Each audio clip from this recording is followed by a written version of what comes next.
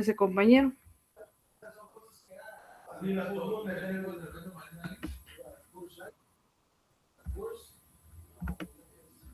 Tigda, buenas tardes. Aún no están conectados todos. Quizás más adelante les consulta, porque no, solo 40 y algo. Sí, ahorita apenas vamos 56. Vamos a dar como usted indica, ¿verdad? Tal vez en unos 15 minutos les voy a volver a preguntar para que también así lo puedan realizar, porque de lo contrario, pues se quedarían sin nota, ¿verdad? Gracias, compañero. A usted, gracias, licenciada. Fíjese que yo les indiqué a ellos vía WhatsApp, licenciada, pero al parecer creo que si usted no recibió correo, entonces me imagino que solamente una persona fue. Ok, gracias, Ronald, muy amable. A la orden, licenciada.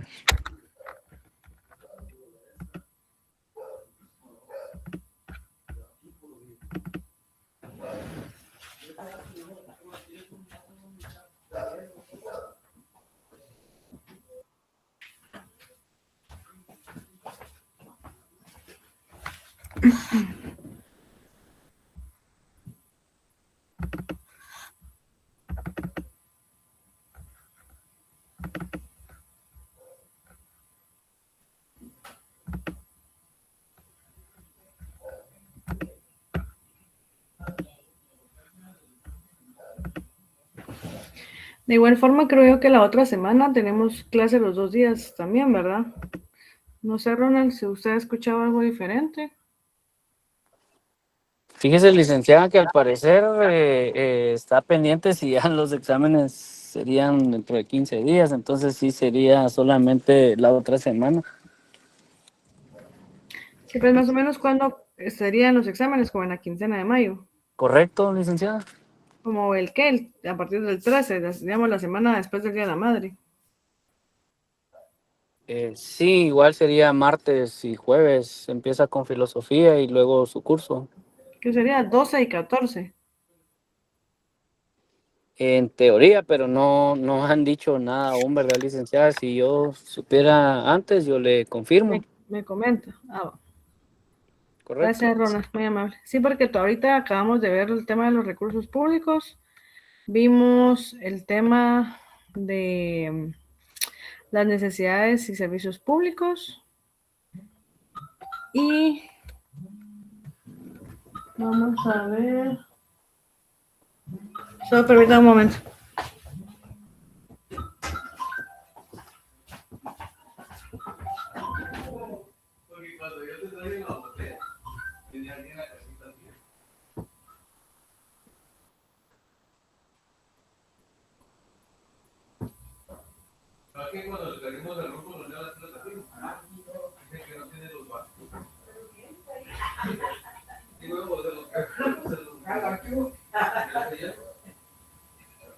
Sí, bendito sea Dios. Algo tarde, pero estuvo algo tardado en la salida. Porque era a las 8 dijeron, pero salimos casi a las 10. Es que dijeron que había mucho tráfico aéreo. No le daban. Entonces dijeron que disculparan, que no sé qué.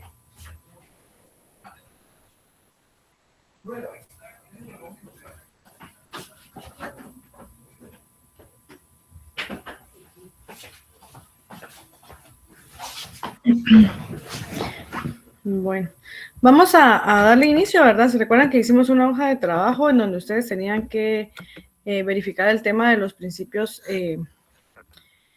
constitucionales en derecho tributario, ¿sí? Yo estaba dando oportunidad a que se conectaran los demás y de igual forma, pues, en el caso, ¿verdad? Que no nos diera la oportunidad de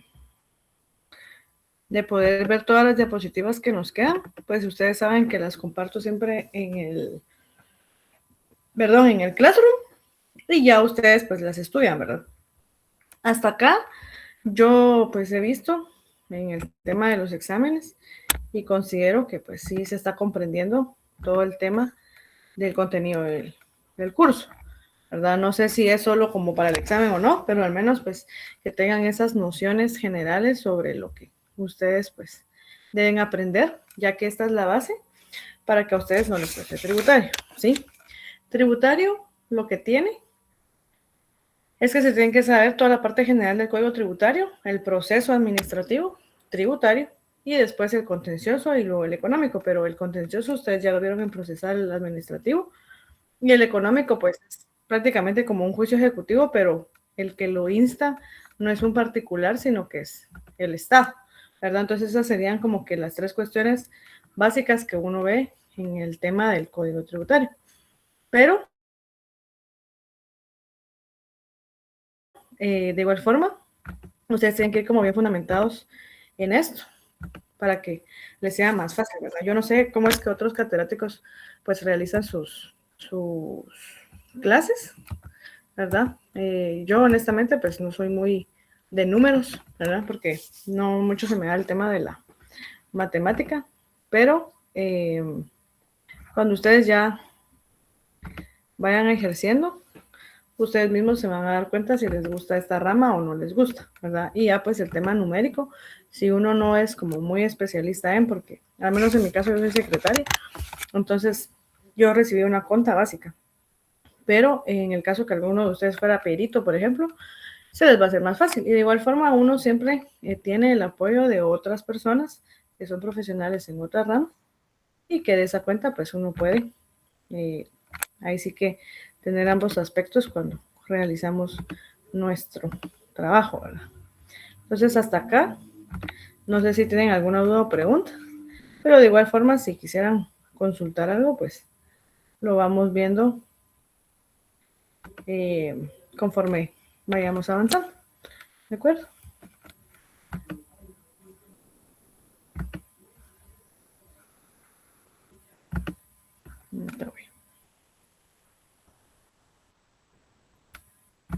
Bueno, los principios constitucionales, ¿verdad? En materia financiera, pues nosotros tenemos que es los principios, ¿verdad? Como en todas las ramas del derecho, en realidad los principios son los lineamientos que sientan las bases para las normas jurídicas. ¿Y qué es lo que pretenden estos principios? Pues sentar un límite, ¿verdad? Al poder que tiene el Estado en general respecto al poder normativo, ¿verdad? Que el Estado tiene para poder exigir ya sea el tema del presupuesto, el tema de la moneda, el tema, en este caso, del tributo, ¿sí? Perdón, en el plano financiero, los principios constitucionales en materia tributaria, pues abarcan diversas actividades. Entre esas tenemos la distribución de la carga pública, el presupuesto, el gasto público, la distribución de competencias financieras, ¿sí? En la rama tributaria en específico, los principios pues son directrices o normas de validez que fundamentan la creación, interpretación y aplicación de tributos. Perdón, pero sí, como los tengo que estar admitiendo. Ahí está. Perdón. ¿Quién tiene la facultad de poder, ahí sí que crear tributos constitucionalmente? ¿Quién tiene la facultad? El Estado, licenciado. El Estado. Y el Estado está conformado de 3 poderes, ¿verdad? ¿Cuáles son esos poderes? Ejecutivo, legislativo y judicial. Exacto. ¿Quién de esos 3 poderes tiene la facultad de crear tributos?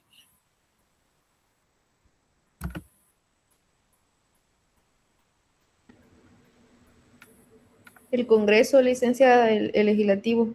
El legislativo, ¿verdad? El Congreso de la República, dentro de la Constitución política, ¿verdad? En este sistema de pesos y contrapesos, cada organismo del Estado pues tiene sus propias facultades. Y partiendo de esa premisa, pues entonces así es, ¿verdad? Cada uno tiene una función diferente y en este sentido, pues el Congreso, ¿verdad? El organismo legislativo tiene la facultad de crear los tributos, ¿sí? Los principios, pues en este caso del derecho tributario, tenemos que hay principios que van a regir dentro del derecho tributario sustantivo, que es propiamente el tema de la creación de los tributos, ¿verdad? Que los tributos pues se dividen en impuestos, en tasas, en arbitrios, y el tema del derecho tributario administrativo, ¿verdad? Que sería el aspecto adjetivo o formal, en donde nosotros pues podemos ver cómo se lleva a cabo prácticamente el proceso administrativo, ¿verdad? Ustedes pues ya más o menos saben cuáles son, porque ya vieron administrativo y procesal administrativo. En cuanto a los principios en materia sustantiva del derecho tributario, pues tenemos los principios de la imposición. Nosotros cuando vemos las normas, si ustedes abren la ley del impuesto al valor agregado, ustedes van a ver las bases de recaudación, ¿verdad? Las bases de recaudación son sencillas, ¿verdad? O sea, eso es una pregunta que fijo se las van a hacer siempre. Y las bases de recaudación es, ¿cuál es el hecho generador? ¿Verdad? ¿Cuál es la base imponible? ¿Cuál es la tasa impositiva? ¿Sí? Y obviamente, pues, en este caso, el sujeto pasivo siempre van a ser los contribuyentes, ¿verdad? Sean personas individuales o jurídicas. Y el sujeto activo es siempre el Estado, ¿verdad? Puede ser el Estado a través de su ente recaudador, ¿verdad? ¿Quién es el ente recaudador del Estado? ¿Quién recauda todos los tributos? La O SAT. mayoría. La La SAT. superintendencia. Exacto, la Superintendencia de Administración Tributaria, ¿verdad? Entonces, la Superintendencia de Administración Tributaria es una institución que se creó en el año 98 y su función es fiscalizar y recaudar, ¿sí? A excepción de aquellos tributos que otra entidad los deba recaudar, como por ejemplo el IUSI. ¿Quién recauda el impuesto único sobre inmuebles? Las municipalidades. Las municipalidades. Exacto, las municipalidades, ¿verdad? Las municipalidades son las que recaudan ese tributo y lo utilizan dentro de sus fines, ¿verdad? O sea, se agencian de ese ingreso y obviamente lo utilizan para sus gastos, ¿verdad? Entonces, las bases de recaudación son todas iguales, deben de aparecer en todas las leyes de materia tributaria, ¿verdad? Porque tenemos que tener la seguridad y la certeza jurídica sobre qué es lo que nosotros como particulares estamos tributando. Y aunado a eso, también tenemos que tener en cuenta que no hay una distinción, ¿verdad? Quiere decir eso que el Estado pues nos cobra parejo a todos, ¿verdad? O sea, las bases son iguales sin hacer distinción de ningún tipo, ¿sí? Para eso hay un tipo impositivo, porque ese sería el porcentaje que multiplicado por la base imponible, que es la que está sujeta al pago del impuesto, pues ya es de ese resultado es que nosotros pagamos, ¿verdad? Por ejemplo, nosotros todos estamos en relación de dependencia, pagamos impuestos sobre la renta, ¿sí? Un porcentaje. ¿Sobre qué?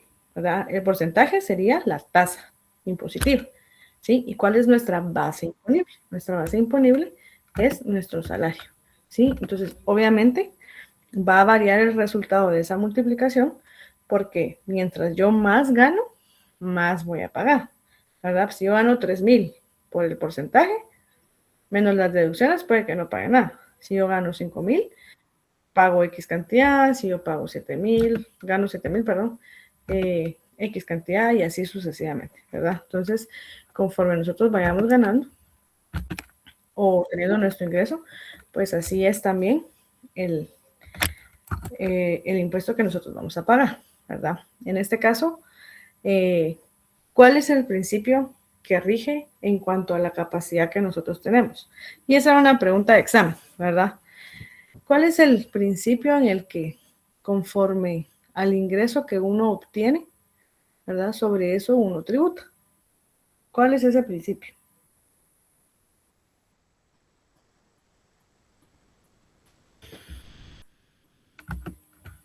Se acaban de hacer el examen ustedes. Ese fue Ese era el principio de equidad, licenciada.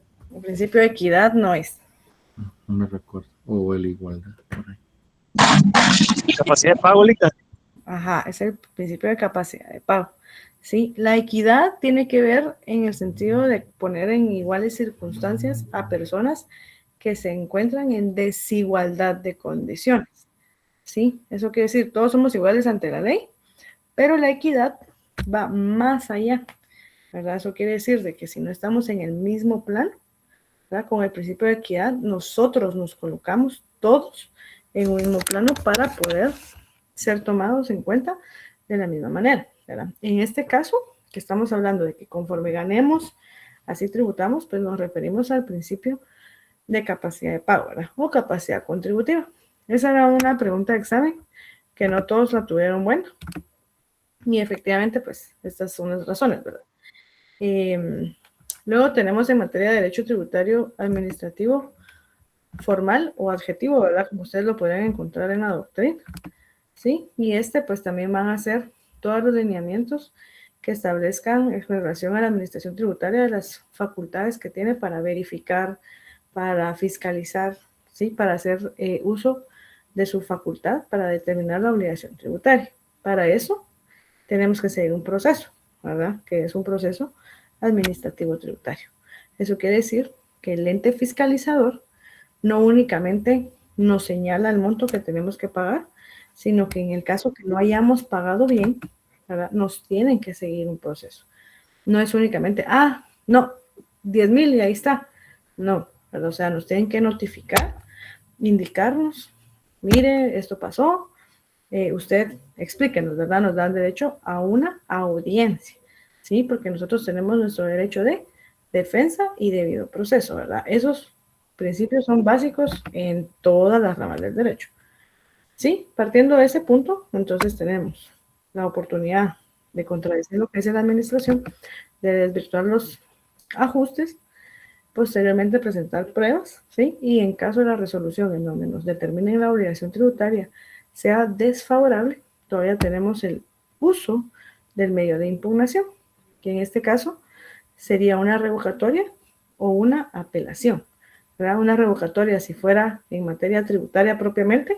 Cuando hablamos tributario, nos referimos a que la materia, ¿verdad?, que se dilucidó es prácticamente tributaria, ¿verdad? ¿Qué impuestos? Impuestos sobre la renta, impuesto al valor agregado, el ISO, el de petróleo, el de las bebidas, etcétera, ¿verdad? Y cuando hablamos del tema aduanero, ¿verdad?, que es el recurso de apelación, nos referimos al cambio de inciso arancelario, el cambio del método del valor de la transacción, podría ser incluso por algún tipo de sanción administrativa de algún agente aduanero. Entonces, siempre es el mismo proceso. Obviamente tiene sus diferentes aristas. Podría ser sujeto de antes del medio de impugnación de la apelación, podría ser que esté sujeto a una revisión y posteriormente la apelación, ¿sí? Pero todo eso en el tema del proceso, ¿sí? Siempre respetando el tema del derecho al debido proceso y el derecho de defensa, ¿sí? Aquí tenemos nosotros, pues, que el poder tributario lo ejerce siempre el Estado. Los principios rectores en materia constitucional en cuanto al derecho tributario, pues tenemos el de capacidad económica o capacidad de pago, como lo dijo el compañero, el de generalidad, porque todos estamos sujetos al pago de tributos, el de igualdad, porque pues es en iguales circunstancias, ¿verdad?, para todos, el principio de legalidad, importante, ¿sí? Nadie nos puede cobrar un tributo que efectivamente no esté creado por medio de una ley. Entonces, se tiene que respetar el principio de legalidad y sobre todo en el tema de la vigencia de las leyes. Es importante hacer mención en este sentido porque en el derecho tributario hay muchas reformas. Constantemente se están creando nuevos tributos porque obviamente es la forma que el Estado capta ingresos para poderlo aplicar a sus gastos, ¿verdad? Entonces, necesitamos nosotros tener la certeza jurídica en relación a que, pues sí, ¿verdad?, está creado por una ley y pues de esa cuenta es que nosotros se nos hace exigible el pago de ese tributo, ¿sí? ¿Por qué es importante la vigencia?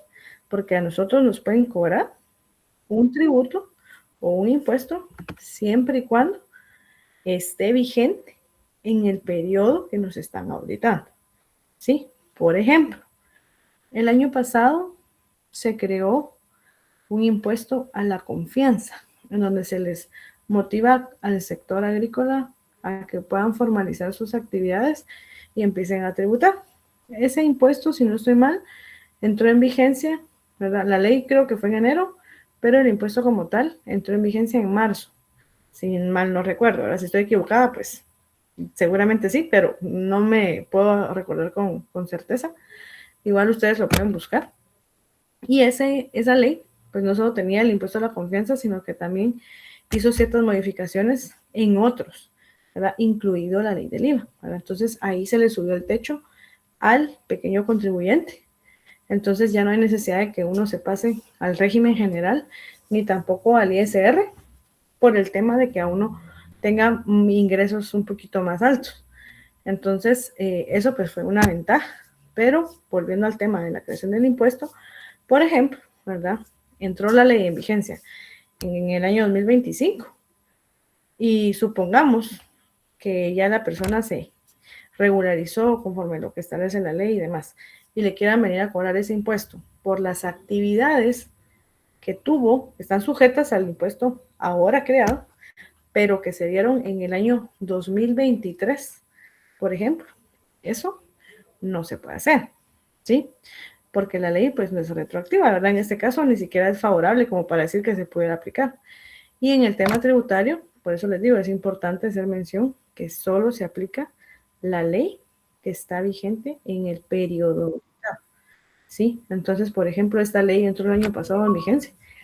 No podría realizar pues ninguno, ¿verdad? O sea, ningún periodo anterior, porque es hasta ese momento para adelante en donde puede empezar a requerir del pago de ese impuesto a los contribuyentes que estén sujetos a, ¿verdad? Por ejemplo, nosotros tuvimos una transición en el tema del YETAP al YEMA y luego al ISO, ¿verdad? Porque esos son impuestos temporales en los que son como que de ayuda, ¿verdad? Para algunas situaciones. Entonces hay periodos en los que efectivamente el ISO no estaba, ¿verdad? Vigente, ¿sí? Incluso tal vez podríamos decir que tal vez ni el YETAP estaba vigente. Entonces entra una como colisión en el sentido de que pues sí se pueden cobrar los otros impuestos, pero ese no, ¿sí? Entonces esa es la razón por la cual como abogados, ¿verdad? Nosotros al asesorar a nuestros clientes tenemos que tener la certeza y estar actualizados sobre todo, ¿sí? Con nuestros códigos y nuestras leyes para saber que, pues sí, ¿verdad? Esa es la ley vigente en el periodo auditado. La equidad y la justicia tributaria, pues como les digo, ¿verdad? Vamos a consignar a personas que estén en condiciones desiguales y las vamos a poner en un mismo plano, ¿verdad? Por ejemplo, el ISR en relación de dependencia. No le vamos a cobrar lo mismo a una persona que gana el mínimo, ¿verdad? A una persona que gana 30,000, 50,000 quetzales. ¿Qué es lo que hace la ley? Entonces dice, bueno, ¿verdad? Aparte de eso, también las personas tienen gastos, ¿sí? Entonces tenemos que también ser un poco conscientes y decir, pues, ¿en qué gastan? ¿Verdad? Bueno, pues obviamente gastan en comida, tienen que gastar en salud, en educación, en medicina, etcétera, ¿verdad? Bueno, entonces vamos a tener eso como gastos deducibles, ¿verdad? Y de forma general vamos a indicar que todo mundo que esté en ese régimen va a poder deducir X cantidad, ¿verdad? Entonces de todo su ingreso menos esa deducción, ¿verdad? Si todavía de esa resta quedara un saldo, sobre ese saldo es que nosotros pagamos el ISR, ¿verdad? Entonces, obviamente una persona que gana apenas el mínimo casi no paga nada de impuesto. Por no decir que no paga, ¿verdad? Porque es una cuota bien chiquita. Entonces, a eso se refiere la equidad y la justicia tributaria, ¿verdad? Porque no le vamos a requerir del mismo, ¿verdad? La misma cantidad a todos, sabiendo que las condiciones no son iguales. Y luego tenemos la no confiscatoriedad. La no confiscatoriedad significa que a nosotros no nos podrían, por ejemplo, ¿verdad? Requerir de nuestros bienes, ¿verdad? Para hacer pago o uso, ¿verdad? Del tema de lo que nos están requiriendo, pero o sea, no nos lo pueden quitar, ¿sí? Antiguamente nosotros teníamos, yo no sé si ustedes se recuerdan de la película de Robin Hood, en donde indistinto de qué hicieran, tenían que tributarle sí o sí como el sheriff de la comunidad, ¿verdad? En este caso, pues no debe ser así, sino que aquí la no confiscatoriedad no puede indicar, ¿verdad? el Estado como tal, de que porque nosotros poseemos ciertos bienes, entonces quitárnoslo, ¿verdad? O sea, no podría afectar nuestro patrimonio tampoco, ¿verdad? Acá nosotros tenemos el fundamento legal de que se prohíben los tributos confiscatorios, ¿verdad? En el artículo 243, párrafo segundo. Y también en materia de multas, pues también el artículo 41 de la Constitución, en el que indica que se prohíbe la confiscación de bienes y la imposición de multas confiscatorias, ¿sí? Eso quiere decir que tampoco a nosotros se nos podría pedir más allá de lo que nosotros debemos. Por ejemplo, si en el tema del impuesto nosotros debiéramos 5,000 quetzales y que la multa fuera de 20,000, hay una situación desproporcional y eso pues entra en una confiscatoriedad. Bueno, entonces lo que hace este principio es indicar, no podemos, ¿verdad?, estarle requiriendo más allá de lo que en realidad tendrían que pagar, ¿verdad? Acá pues tenemos un tema de la Corte de Constitucionalidad en estos expedientes, en donde la Corte consideró, ¿verdad?, que para efectos, está claro que lo que se prohíbe es el impuesto confiscatorio, que es aquel que es excesivo, ¿verdad? Como les digo, o sea, no nos podían pedir más allá de lo que en realidad tenemos, ¿sí? Que excede el límite de lo razonable o aquellos que sustraigan una parte sustancial de la propiedad o renta. Imagínense que ustedes están comprando una casa, ¿verdad? Y la casa les costó 400,000 quetzales, por ejemplo, y que ustedes de impuesto tuvieran que pagar 250,000. O sea, es una situación desproporcional porque es prácticamente la mitad del valor de la propiedad. Entonces, ¿eso qué hace? Desmotivar a la persona a continuar adquiriendo bienes porque el impuesto, ¿verdad? O el tributo al que está sujeto es mucho mayor, ¿sí? Entonces, ese sería el límite, ¿verdad? Establece la norma para no prácticamente vulnerar los derechos de los particulares, ¿verdad? Tenemos el principio de prohibición de doble o múltiple tributación. Y acá ocurre, ¿verdad?, cuando se somete a gravamen un mismo acto de manifestación de la capacidad económica más de una vez, ¿sí? ¿Qué quiere decir esto, verdad? Para que esto concurra, tiene que hacer un mismo hecho generador, ¿sí?, que sea un mismo sujeto pasivo, que sea agravado 2 o más veces por uno o más sujetos con poder tributario, que sería el Estado, ¿verdad? El Estado o cualquiera de sus entidades que puedan percibir el tributo, y por el mismo evento o periodo de imposición, ¿sí? Por ejemplo, ustedes ya vieron, este año miran notarial, ¿verdad? Notarial 4. Pero ya vieron Civil 5 con los contratos.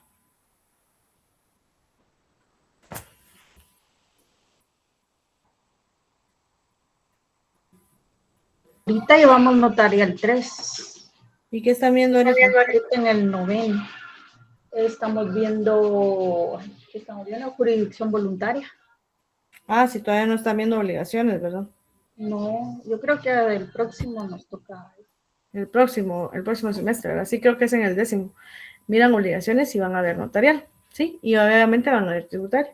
Y esas 3 materias, ¿verdad? Ustedes las van a ver aisladas, pero en realidad, o sea, esas están integradas porque ustedes van a ver en notarial la estructura del instrumento, pero el instrumento como tal, lo que está reflejando es la manifestación de la voluntad. ¿Y cuál es esa manifestación de la voluntad? Los contratos, las obligaciones. Entonces tienen que saber el Civil 5. Y esas obligaciones tienen que pagar impuesto, ¿verdad? Entonces, ¿cuándo nosotros podríamos decir, por ejemplo, que hay una doble o múltiple tributación? En una compraventa, ¿verdad? Una compraventa de un bien inmueble, ¿sí? Una compraventa la hacen ustedes todos los días, ¿verdad?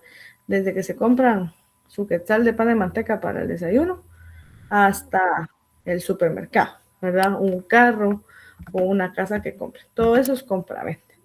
Toda esa compra-venta está sujeta al impuesto al valor agregado. Pagamos el 12%, ¿sí?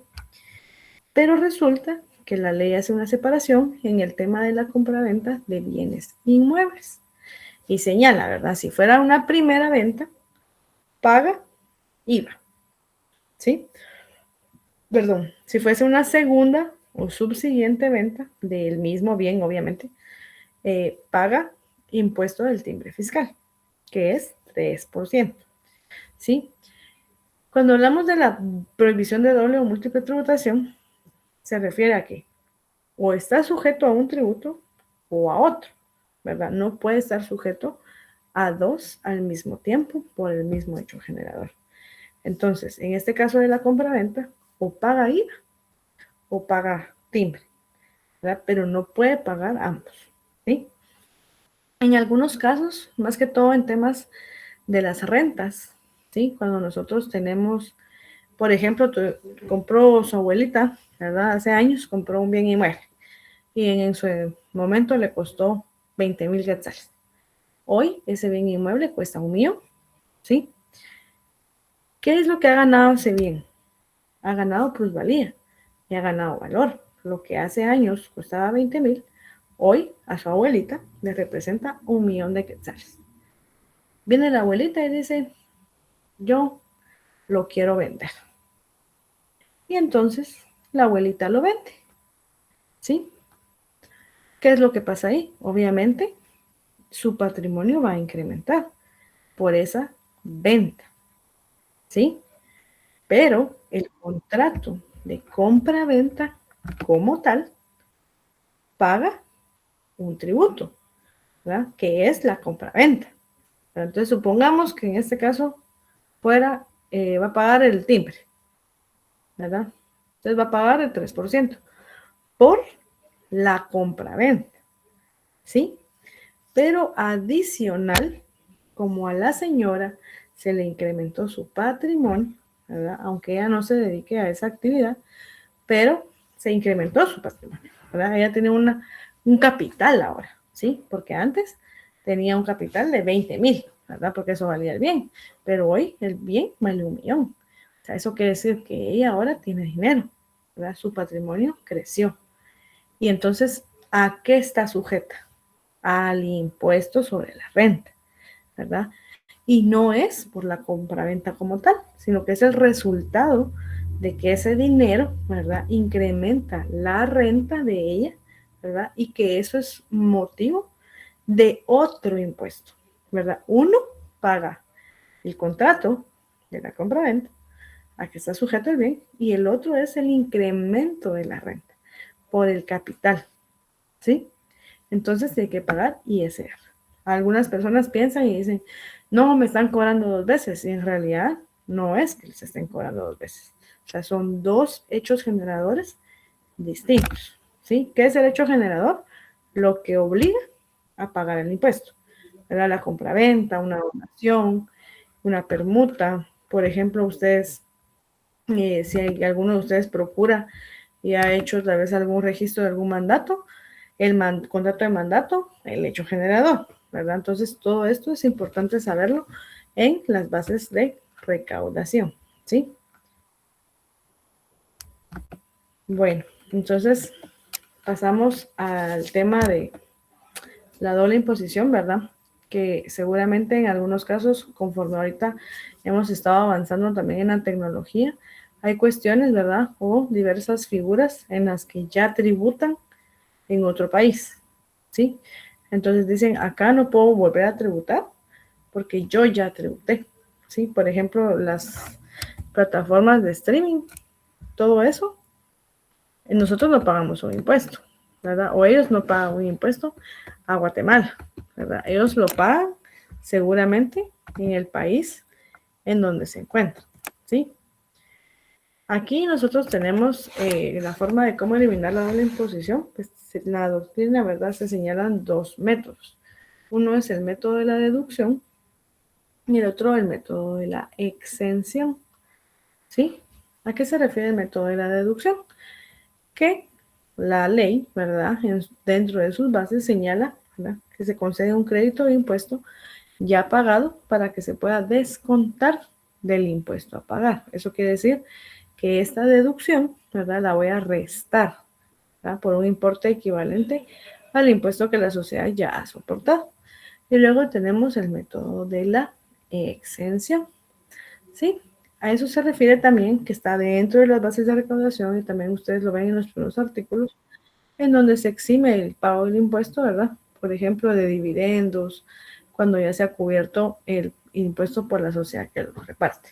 ¿Sí? Cuando se disuelve una sociedad, se tienen que pagar acreedurías, gastos y demás, ¿verdad? Dentro de esos también se pagan las cargas, que son los tributos. Entonces, regularmente, ¿verdad? Si en este caso el pago de dividendos, pues sí está sujeto a tributo, ¿verdad? Pero en el caso de que la sociedad como tal lo haya cubierto, ¿verdad? Por ejemplo, como persona jurídica, ¿sí? Y ya pagó el tributo, pues entonces sus miembros, ¿verdad? Que están disfrutando de esos dividendos, pues ya no los tendrían que cubrir, ¿sí? Eso sería en el tema de los principios. No sé si tienen alguna duda, alguna pregunta. Yo estuve revisando sus hojas de trabajo y pues algunos hicieron una buena investigación, otros un poquito corta, pero de igual forma, pues a mí lo que me interesa es que ustedes también agarren el hábito de la lectura y que investiguen, porque tampoco es para que acá ustedes lo que uno dice sea amén, ¿verdad? Entonces no sé si tienen alguna duda o pregunta. Duda o pregunta, porque si vemos el tema como lo dijo Ronald, y que ya vayamos a terminar, ya solo nos quedaría la próxima semana, ¿verdad? Entonces aprovechemos el tiempo. Yo sé que a veces también uno ya, aparte que esta semana es el descanso, entonces como que también ya ustedes ya se hacen en el puerto, creo yo, y ya no quieren estudiar. No, pero si de verdad tienen alguna observación, alguna duda o pregunta, como les digo, yo, bueno, al menos, ¿verdad?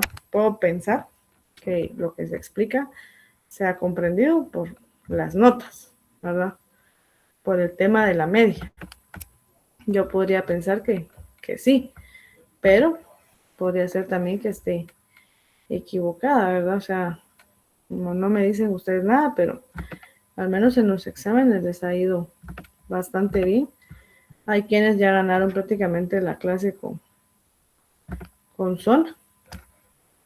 Supongo que eso es algo beneficioso para ustedes, ¿verdad? Bueno, vamos a ver el tema del gasto público, ¿sí?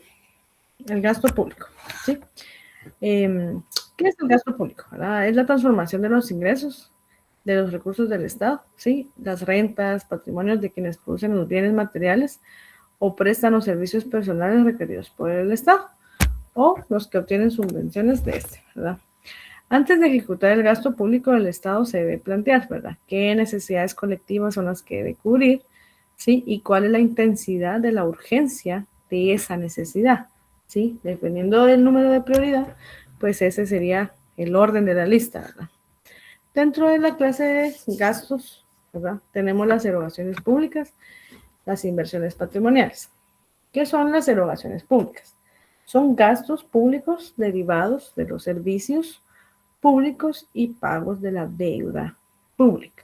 ¿Sí? Todo es público porque obviamente interviene el Estado, ¿verdad? Entonces siempre tiene ese apellido.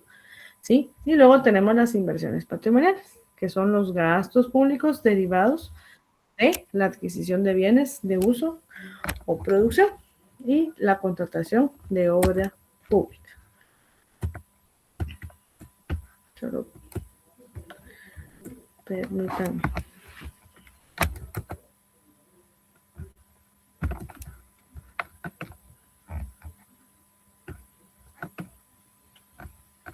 Solo antes de continuar, aprovechando, como dijo la compañera, hoy únicamente el único que se examinó de recuperación es un compañero que se llama Abner. Sí, que ya me llegó la respuesta de su examen y todo. No sé si hay alguien más que se tenga que examinar del segundo parcial.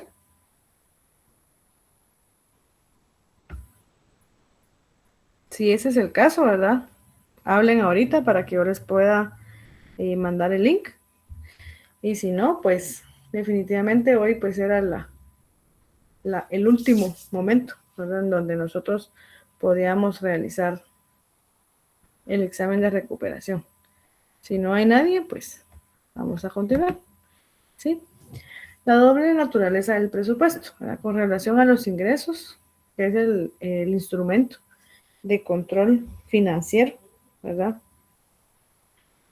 Con relación a los gastos, es una norma limitativa impuesta al Poder Ejecutivo por el organismo legislativo. ¿Por qué nosotros tenemos este control?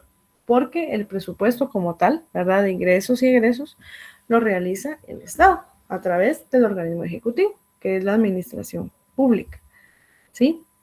Sin embargo, ¿verdad? Como un sistema de límites y de pesos y contrapesos, pues la Constitución le otorga ciertas facultades al organismo legislativo para que en sus sesiones, ¿verdad?, plenarias, ellos puedan autorizar el presupuesto. Sí, tenemos en la teoría general del gasto público, para las personas que hicieron, los alumnos que hicieron el tema de la ley del presupuesto, pues creo que esto sería bastante fácil. Vamos a ver otras clases que también ustedes ya vieron las leyes. Y esto que estamos viendo a partir de la semana pasada, que vimos lo de las necesidades, no de la semana pasada, sino hace 2 semanas, que vimos lo de la necesidad pública y todo eso, los principios constitucionales que estamos viendo hoy, esta presentación del gasto público, y las que veamos la próxima semana, perdón, todo eso es el objeto del examen final, ¿sí? Y tal vez alguna preguntilla por ahí del anterior, pero pues nada complicado, ¿verdad? Dentro de la teoría general del gasto público, pues tenemos el elemento político, el elemento jurídico y el elemento económico, ¿sí? El elemento económico es cómo empleamos la riqueza. Obviamente, ¿verdad? Si tenemos 2 ingresos o tenemos recursos de que agenciarnos, pues mientras más elementos tengamos, pues obviamente más podríamos realizar, ¿sí? En cuanto a las obras o a los servicios. Tenemos el elemento político. ¿Qué es el elemento político? Nosotros, en ese sentido, ¿verdad? Como Estado, pues los encargados, que serían en este caso los funcionarios, tienen que evaluar, ¿sí? ¿Qué necesidades hay y cuál es la prioridad, ¿verdad? Para poder satisfacer esas necesidades. Generalmente, las necesidades que siempre tienen más prioridad, ¿verdad? Serían el tema de la salud y la educación, ¿sí? Y posteriormente el tema de las comunicaciones, que serían las obras públicas por carreteras o similar, ¿verdad? Y de ahí todo lo demás viene como cobrando en un segundo plano, ¿sí? ¿Por qué le llamamos que ese es el elemento político? Porque pues obviamente también esa es la forma, ¿verdad?, en cómo engancha el funcionario para demostrar que efectivamente está al servicio de la comunidad, ¿verdad? Y luego tenemos el elemento jurídico, ¿sí? Que es la gestión del gasto en un Estado de Derecho. ¿Cómo tenemos nosotros el elemento jurídico? Pues obviamente con esos límites que vimos en el tema de los principios. Las bases de recaudación, tenemos el tema del presupuesto, de cómo se realiza, cuáles son los filtros, cuáles son los sistemas que utiliza la administración para poder llevar a cabo, ahí sí que el control, la planificación de lo que se va a presupuestar para esas finalidades, ¿verdad? Y la forma en cómo lo vamos a pagar. Las características del gasto público, pues son erogaciones dinerarias que el Estado realiza en virtud de ley para cumplir con sus fines consistentes en las necesidades públicas, ¿verdad? Siempre esa sería la finalidad del Estado, la satisfacción de la necesidad pública. ¿Sí? Tenemos una diferencia entre lo que es un gasto público y un gasto privado, ¿verdad? Aquí les hice yo una tabla comparativa. Obviamente, pues es el tema del gasto público. Siempre vamos a satisfacer necesidades públicas, ¿verdad? En el tema de un gasto privado, pues siempre van a ser los particulares buscando sus propios beneficios. En el gasto público, pues los beneficios podrían ser inmateriales e invaluables, ¿verdad? Porque no muchas veces vemos en realidad la obra o palpamos el servicio como tal, sino que son otras cuestiones de las que nos beneficiamos, mientras que en el gasto privado, pues lucrar, ¿verdad? Sería como el fin mayor, ¿sí? En el gasto público tenemos obligaciones que cumplir en cuanto al procedimiento en el que se debe realizar, mientras que en el gasto privado pues no hay autorización legal, ¿sí? No privado pues siempre hay libertad de, aunque posteriormente pues se tenga que tomar en cuenta que eso va dentro de su contabilidad, mientras que en el caso de la administración pues el presupuesto se hace siempre con antelación, ¿verdad? O sea, no es posterior, sino que todo tiene que ser previamente aportado, ¿sí? Licenciada, El- perdón. ¿Sí? Solo que estaba mencionando que nos estaba enseñando una tabla, pero no estamos viendo sus diapositivas. Ah, no, ¿por cuál diapositiva se quedaron o no se mira nada? No hemos visto ni una. La última que se vio fue la del gasto público, pero la quitó y ya no hemos visto nada. Ah, va, ahorita vamos a ver. Gracias, compañerita.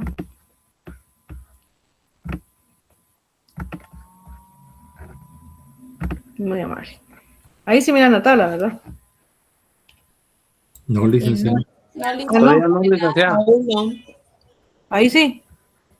No. Ah, tampoco. Ahorita voy.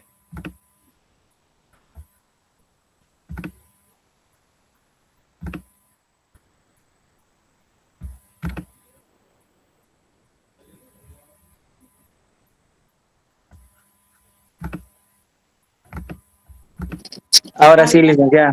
Ah, sí. Ah, gracias. Ahora sí. Gracias, gracias.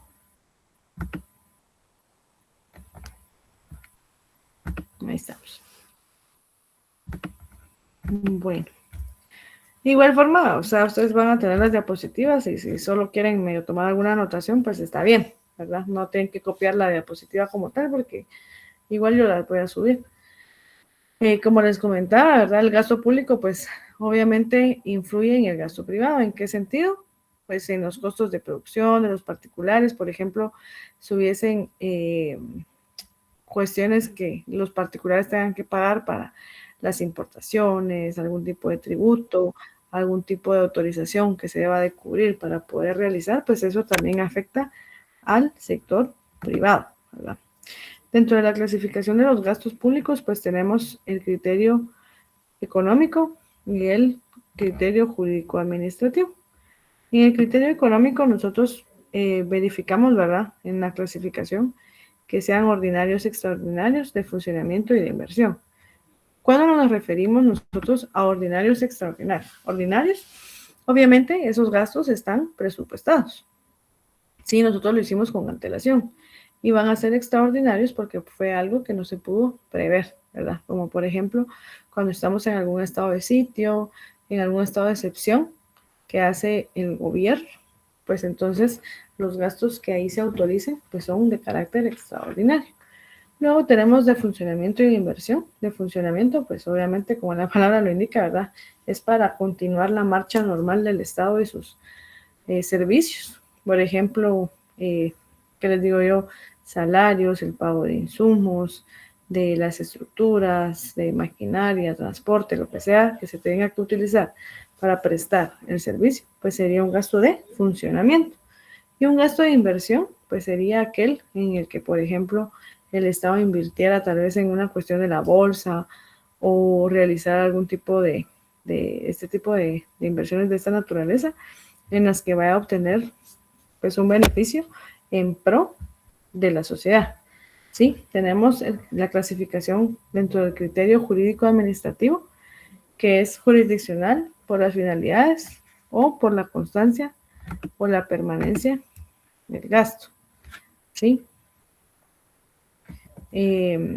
Acá, jurisdiccional, porque jurisdiccional o institucional, ¿verdad? O sea, jurisdicción se refiere a un territorio donde se administra, en este caso, pues, el poder del Estado, ¿verdad?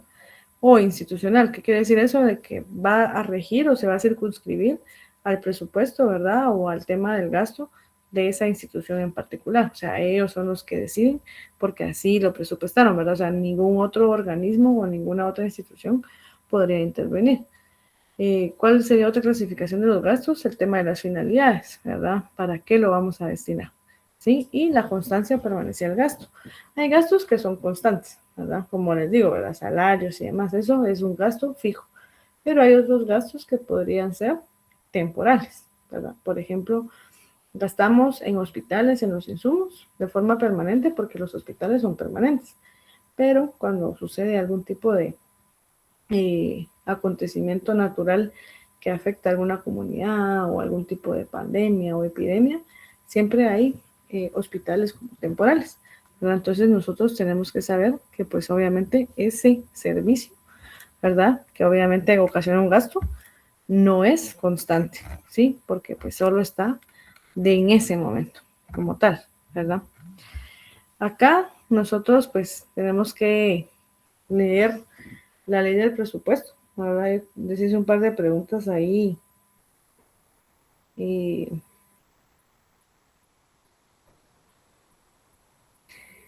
quienes estuvieron, perdón, de quienes leyeron la ley para el tema de las exposiciones, pues entonces se sabe la ley, ¿verdad? En el examen yo les hice un par de preguntas de cada ley y pues espero que si no lo leen ahorita, pues lo lean aunque sea para su examen privado, porque de igual forma es importante, ¿verdad? Sí tenemos que saber la clasificación que se utiliza ahí y pues todo el tema del procedimiento del presupuesto como tal, ¿verdad? Tenemos la figura del crédito, ¿verdad?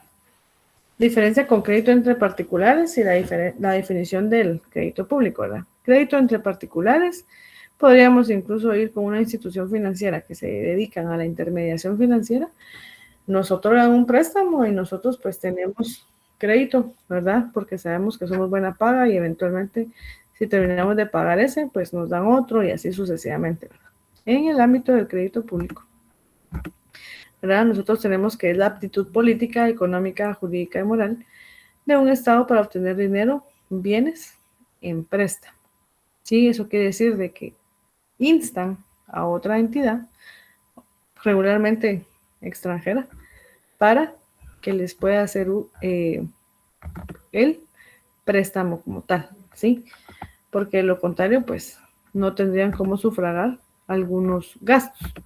Entonces, lo que realizan es, pues prácticamente, como lo hacemos nosotros, ¿verdad? Ay, que voy a sacar un extrafinanciamiento, que voy a pagar con la tarjeta de crédito, que saco mi préstamo, pues efectivamente de la misma manera es el Estado, ¿verdad? No puede tener o no tiene la capacidad económica en ese momento y entonces tiene que adquirir un préstamo o un crédito para poder agenciarse de fondos y así prestar los servicios para la satisfacción de las necesidades.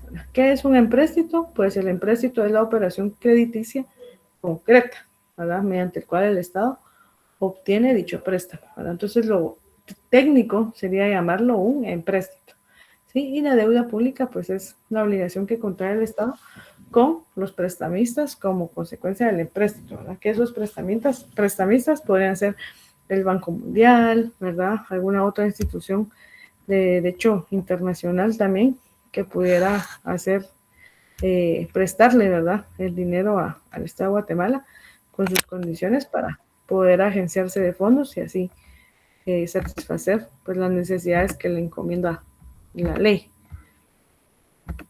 Luego tenemos el tema del destino de los fondos, ¿verdad? Disculpe, licenciada, que la interrumpa. Fíjese que ya no está la presentación nuevamente. Qué pena.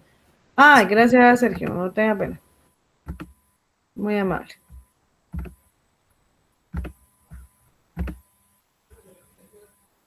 Gracias, Sergio. Muy amable. Ah, aquí hay alguien que... No, licenciada. Gracias. Daniel, usted tiene su mano levantada. ¿Me quería indicar algo? Licenciada, era para decirle eso por la presentación, perdón, se quedó levantada. Bueno. Gracias, Daniel. Muy amable. Bueno, en el tema del destino de los fondos tenemos el sistema de crédito público, ¿verdad? Leamos el artículo 60 de la Ley Orgánica del Presupuesto, ¿sí? El destino exclusivo, que es el artículo 61 de la Ley Orgánica del Presupuesto. Y tenemos lo que son las funciones, que también está en el artículo 62 del mismo cuerpo legal y el reglamento, ¿verdad? Entonces, si bien acá no están copiados, pues ustedes den lectura a esos artículos para que también podamos ahondar un poquito en el tema. Vamos algo cortos, por lo que les digo, que de igual forma ya vieron que empezamos a dar clases y luego ya venía el segundo parcial y muy seguramente, como lo dice Ronald, pues ya vamos a tener clases solo la otra semana y seguro va a ser así, ¿verdad? Porque ustedes empiezan escuela en junio, entonces no pueden estar todo el mes de mayo estudiando todavía porque tienen que examinarse. Uno tiene que calificar y si perdieron, pues ya van a escuela o no, ¿verdad? Entonces, seguramente sí, para la quincena vamos a terminar, ¿verdad? Entonces, tenemos el tema de las operaciones de crédito público, ¿verdad? Que deben que estar incluidas en el presupuesto. Tiene que existir una autorización. El fundamento legal, pues, está consignado aquí en la presentación. Sabemos que tenemos que tener ciertas opiniones técnicas, ¿verdad? No es únicamente, ay, porque lo queremos realizar. O sea, sí tiene que llevar un dictamen bien fundamentado en relación a por qué nos vamos a endeudar, ¿verdad? O sea, no es así nomás, ¿sí? Tenemos que colocar también qué otros, pues, empréstitos existen o si uno se va a pagar con otro y así demás, pues todo eso se tiene que justificar, ¿sí? Y tienen que estar vigentes dentro del presupuesto aprobado para el ejercicio fiscal. Eso, pues, en la ley orgánica del presupuesto.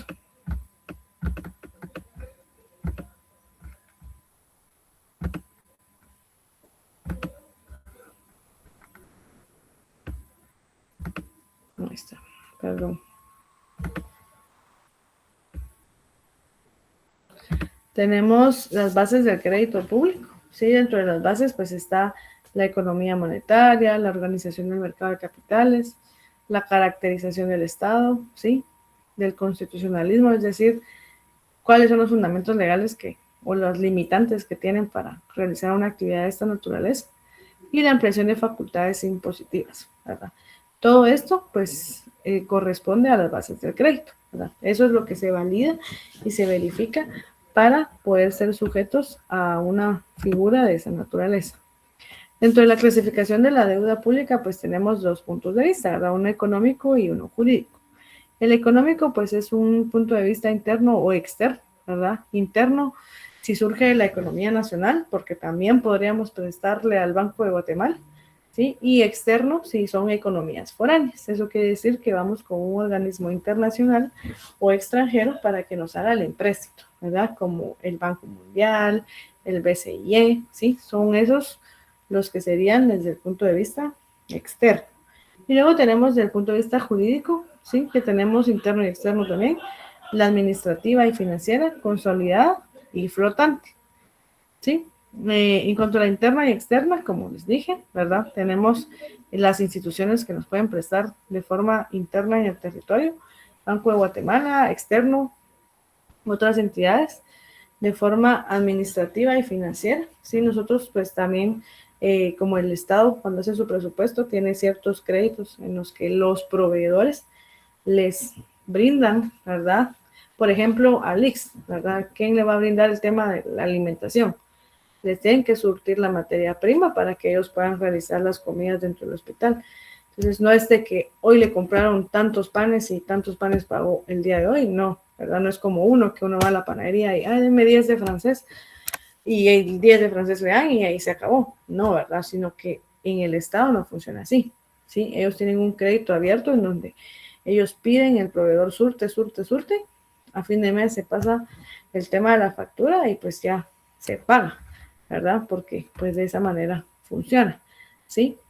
En el tema desde el punto de vista que hay consolidado y flotante, se refiere consolidado, como su nombre lo indica, de que ya existe, ¿verdad? O sea, ya hay algo fijo que nosotros sabemos que hay que pagar, ¿sí? Flotante son aquellas cuestiones que puede ser que surjan, como puede ser que no acontezcan, ¿verdad?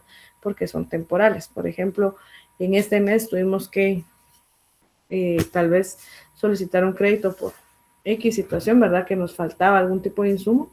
Entonces nos tenemos que agenciar de esos fondos de forma extraordinaria porque pues era algo que no se previó y en atención a ello pues nos proveen de esos recursos para poder satisfacer ciertas actividades o también el retraso de algunos ingresos extraordinarios que nosotros lo realizamos de esa manera para que después, cuando ya tengamos el ingreso, pues ahí sí que podamos, como quien dice, matar, ¿verdad? Esa deuda que nos agenciamos, ¿sí? Acá nosotros tenemos también en cuanto al tema del plazo, ¿verdad? Tenemos largo, mediano y corto plazo, ¿sí? No nos podemos endeudar como Estado, aunque el Estado sea permanente, ¿verdad? No se va a poder endeudar por los siglos de los siglos, sino que tiene un límite, ¿sí? En este caso, pues, tenemos que el largo plazo serían 30 años, ¿verdad? A mediano 10 y corto 1 año, ¿sí? Acá, ¿verdad? En el tema de que fuera perpetuo, ¿verdad? Se asume la obligación de pagar intereses sin compromiso del reembolso del préstamo. Eso quiere decir que vamos a pagar por siempre y para siempre, ¿verdad? Aunque no tengamos que reintegrar la cantidad original que pedimos, pero estaremos pagando intereses todo el tiempo, ¿verdad? Creería yo que pues eso tampoco es una situación como tan factible para un Estado, porque al final si seguimos en esa situación perenne, o sea, pagaríamos de intereses muchísimo más que lo que originalmente prestamos, ¿verdad? Entonces creo yo, ¿verdad?, que la forma más como factible de realizarlo es del tema redimible, en donde se devuelve tanto lo prestado como los intereses, ¿verdad? Así como hacemos nosotros en lo particular, pues de esa misma manera, ¿verdad?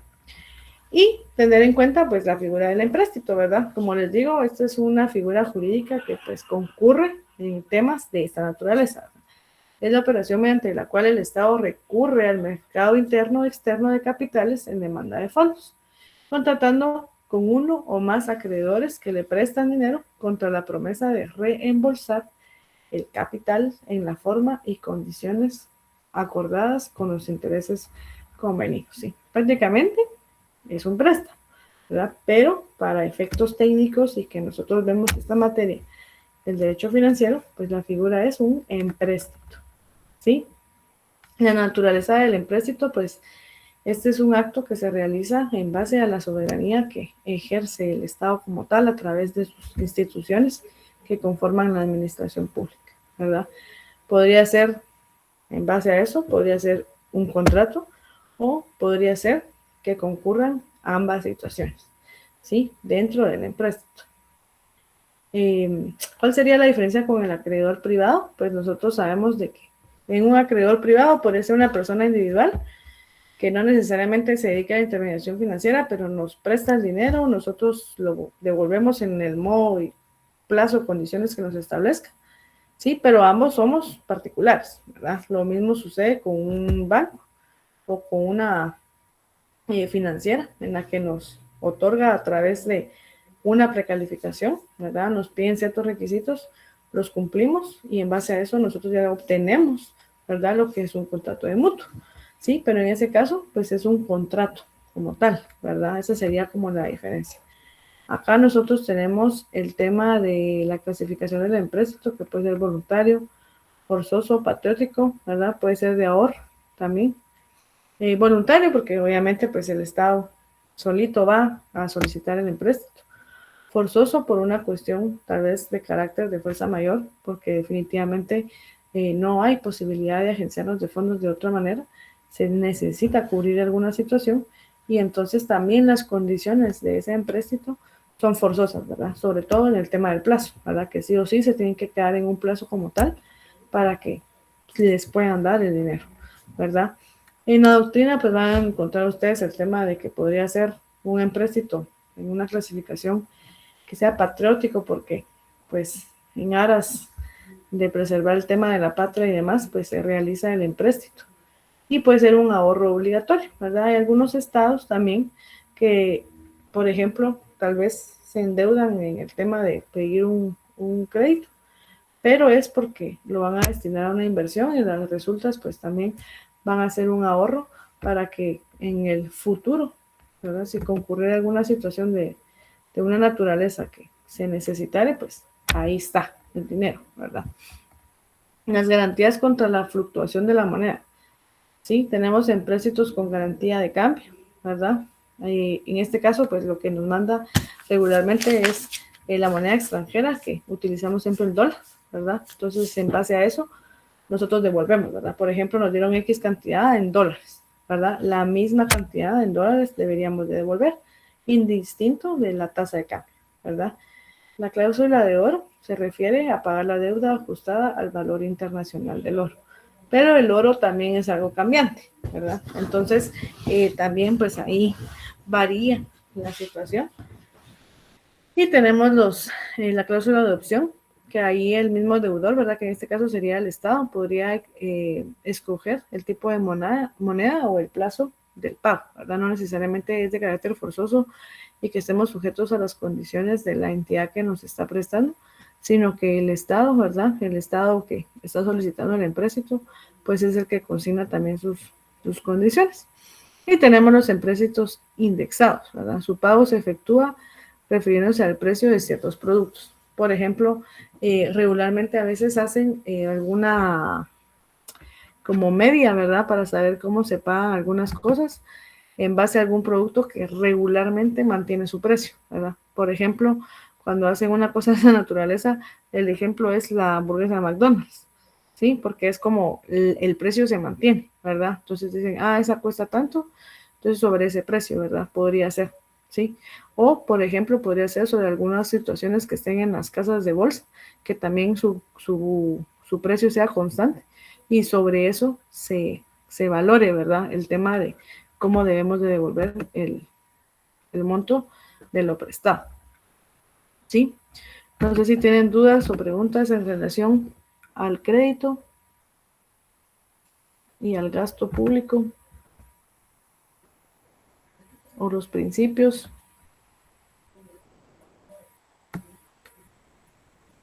Una consulta, licenciada. No sé si la compañera Carolina iba a hablar, que hable primero. Sí, gracias. Yo tengo dudas respecto al tiempo de la deuda.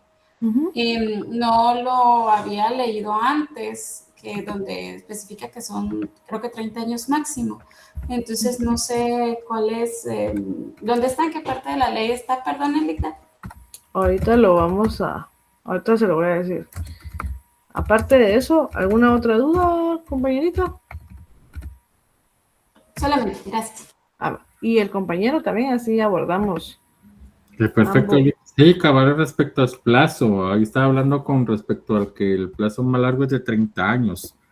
Por ejemplo, si se quisiera renovar antes de que se venza, se puede realizar, por ejemplo, por otros 30 años, una forma de decirlo, o por un plazo menor, o por ejemplo, a los 30 años tiene que estar específicamente ya establecido el plazo y no hay prórroga directamente para una renovación, como comúnmente se le puede. Pues en el tema de las prórrogas, pues podría ser, ¿verdad? Siempre y cuando paguemos nosotros el tema de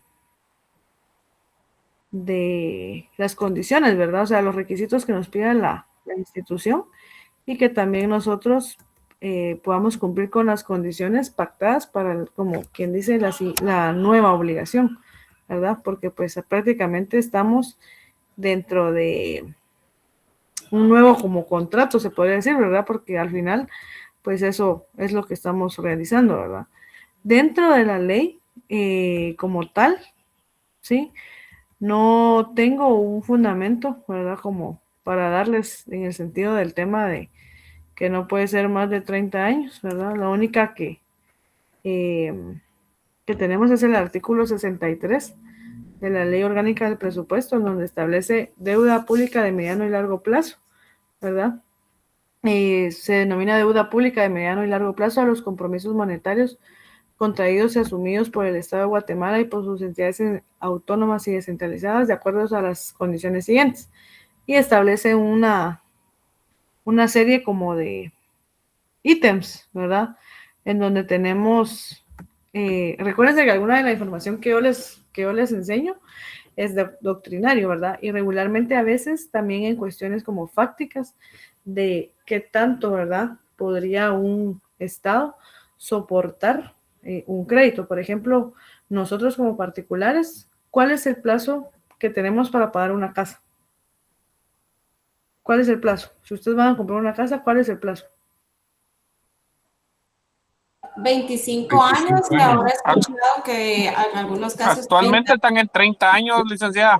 Sí, hay 25 años, que es como la regla general, y ahora no sé por qué, ¿verdad? Yo creo que son algunas instituciones financieras las que están otorgando el plazo de 30 años, ¿sí? Como Banrural, el CHN, pero la persona que adquiere el préstamo tiene que tener ciertas condiciones para que le puedan dar 30 años, porque imagínense ustedes en 30 años, o sea, bien se puede morir uno, pues en 30 años no es que van a ser eterno, ¿verdad? Entonces, lo mismo pasa con el Estado, o sea, el Estado como tal, pues sí, es perpetuo, porque a menos que hubiese alguna guerra y que nos quisieran conquistar o se terminara Guatemala, pues dejaría de existir. Y aún así, ¿verdad? Si alguien nos tomara, tuviera que pagar nuestras obligaciones. Entonces, atendiendo a las condiciones del contrato, pues entonces podríamos indicar que sería como una situación económica y financiera la que se toma en cuenta para saber que más allá de ese plazo, pues no lo darían, ¿verdad? Porque pues muchas cosas pueden cambiar en esos años, ¿verdad? Entonces en la ley como tal no lo tengo, pero sí responde a cuestiones como fácticas en el sentido de decir qué puede transcurrir en 30 años, ¿verdad? ¿Cómo puede cambiar la economía en 30 años? Por ejemplo, antes pues solo nos basamos en el oro, ¿verdad? Hoy tenemos también el tema de la criptomoneda, la criptobolsa y no sé qué más, ¿verdad? O sea, cada vez se va como que modificando, entonces como lo mismo, ¿verdad? Que siempre va evolucionando, no nos podríamos como solo circunscribir a que eso está pasando ahorita y esto va a suceder en 100 años. O sea, no podría ser, ¿verdad? Entonces, ese mismo estudio de factibilidad que hacen con uno como persona particular, lo hacen también con el Estado como tal, ¿verdad? Entonces, una ley como en sí no habría un fundamento, ¿verdad? Pero esa sería la respuesta, ¿verdad? A la pregunta. Y que si se puede prorrogar, pues sí, ¿verdad? Digamos de que ya se vaya a terminar y luego pues vean las condiciones, demás y todo lo que se pueda renovar de la obligación original, pues se podría volver a suceder, ¿verdad? O sea, no habría como una prohibición como tal. Pero como les digo, o sea, ahí ya varían las condiciones de la entidad que le va a otorgar el préstamo al Estado, ¿verdad? Y obviamente también a qué va a destinar el Estado ese préstamo, ¿verdad? Porque pues también tiene que justificarse, ¿sí? Entonces, no sé si tienen alguna duda o pregunta. Duda y comentario a la vez, Ligda. ¿No entraría entonces ahí el tema de la deuda más enfocado también a lo del tema de los planes PEI-POMPOA en el tema multianual para planificación? Permítame un momento.